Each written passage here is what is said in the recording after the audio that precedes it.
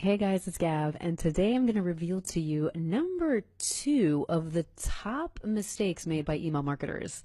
And today I'm going to reveal to you number 2, and this is a doozy for me. This is something that I actually go over with a lot of clients, and it's a big misconception. So a lot of people, a lot of email marketers tend to gauge their success by return on investments. Now, there's nothing wrong with that. However, the problem with return on investment is that it doesn't leave you much room to actually see where you can improve. So you can't clearly see where your areas of improvement are.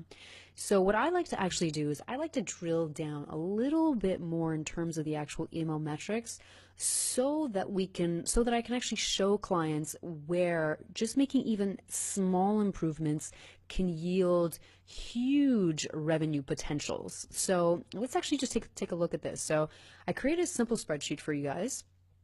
Now, if you guys want this, just email me and I'll send this to you. And it's very, very simple, but at least it gives you a clear direction in terms of how to actually increase revenue.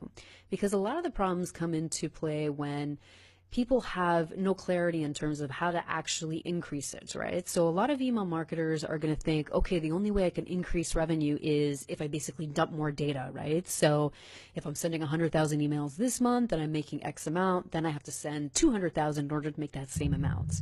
Now, I wouldn't exactly say that's wrong in thinking. That is definitely not the best way to do it because remember, it's also costing you a lot more money and in terms of acquisition, in terms of mailing costs. And the whole point here is to really email the smart way and email the right way. Okay. So I'm going to basically show you how to do that with a lot more clarity.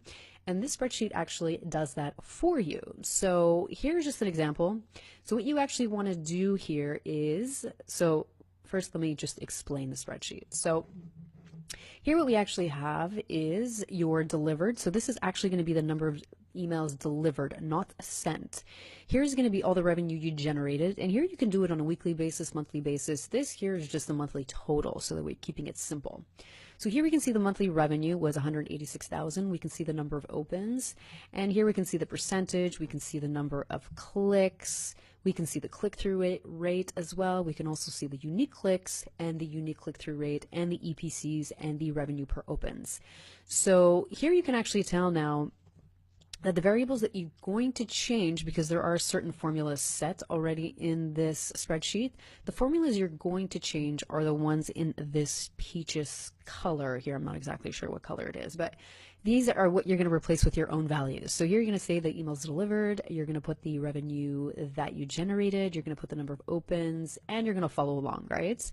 Now your earnings per click, this is calculated for you directly based on the revenue generated. So you should hopefully have the monthly revenue generated.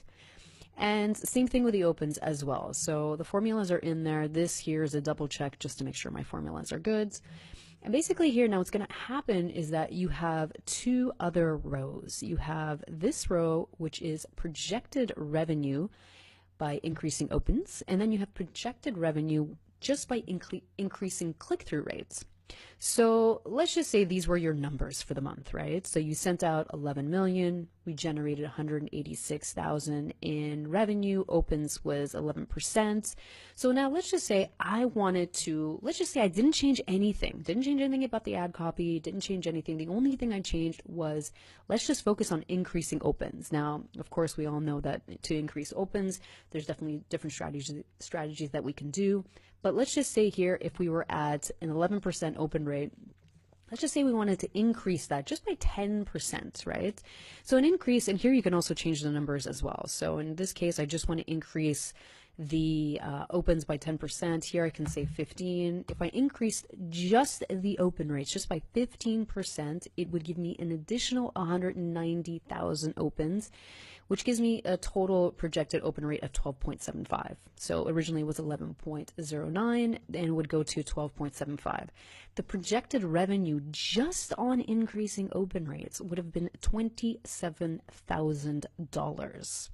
So again, this now is a much more clear objective. Okay, now you know which direction you're going. So even if you don't work on increasing or at least trying to acquire more data, you can work just on what you already have.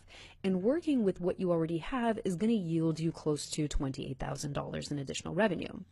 So now let's go to the next one where we're just reviewing click-through rates. So when we're reviewing click-through rates, you're keeping the subject line the same. You can keep maybe the templates the same, but the ad copy and maybe the calls to action might be a little bit different. So now let's just say we're keeping everything steady, and we're just going to increase again the click-through rates. So in this case, the click-through rate was 7.62. So now let's just say I want to increase that click-through rate by, let's just say in this case I said 30%. Let's bring it down to, let's just say 20%.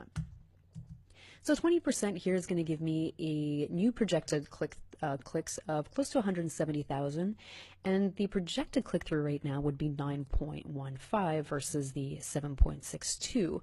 And you can see here the projected revenue was $37,000.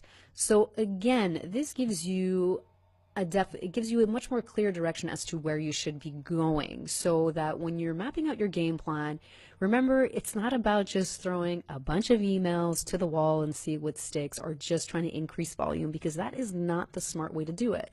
The smarter way is really having a plan of attack, and in this case, you can increase your opens and increase your click-through rates. And you can see here, just by implementing these two small changes, how much additional revenue you could have made. And you can see here, close to $65,000 could have been made on top of the $186,000.